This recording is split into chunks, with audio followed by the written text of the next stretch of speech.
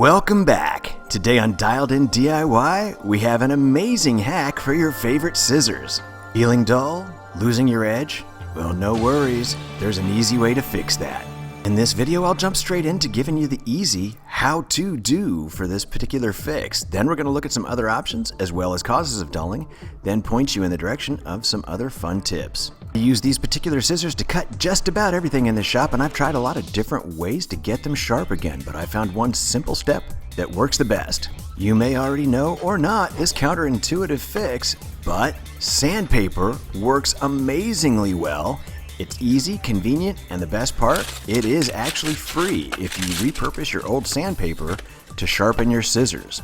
Hang with me through the video and I'll explain how I choose which kind of sandpaper I use with which types of scissors, but the easy part of this particular fix first, just grab an old piece of sandpaper, fold it in half so that you've got a rough edge facing in both directions, then just start cutting all the way through. Make sure to close those scissors completely down to get the tip as well.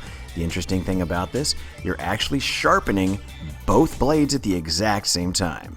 Once you're done, wipe away any residual, clean up any excess, and then just use your scissors as normal.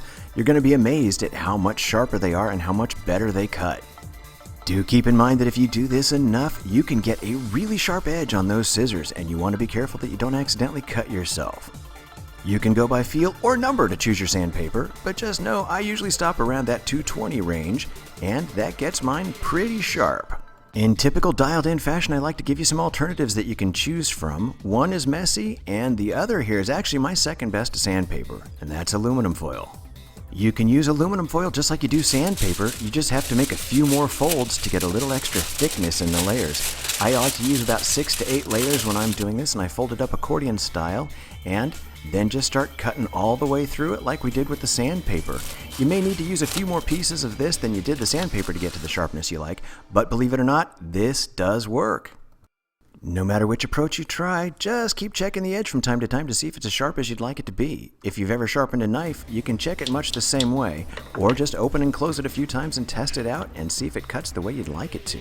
When my scissors are dull, if I try to cut into a can like this, it just shoots out of the ends of the blades, but I'm back to cutting right through this with great ease. Surprisingly, the additives that are used in the manufacturing of paper make it pretty harsh on scissors too. But in addition to that, I have found that these other activities are really good at dulling your scissors quick. So my personal user tip is I like to keep a separate pair of scissors for doing a lot of this kind of grunt work. But here's some extra tips to consider. I would highly recommend that you never borrow someone's fabric or hair cutting scissors for use in a project without their permission, especially if it's for something other than fabric and hair. Items like that need to stay really sharp, and if you use them on paper, believe me, they're going to know they were used for something other than hair or fabric. So remember, don't throw out that used sandpaper. Save it and use it when you need to sharpen your scissors for another project. Thank you for watching. Please press like and then subscribe. There will be more Dialed In DIY to come.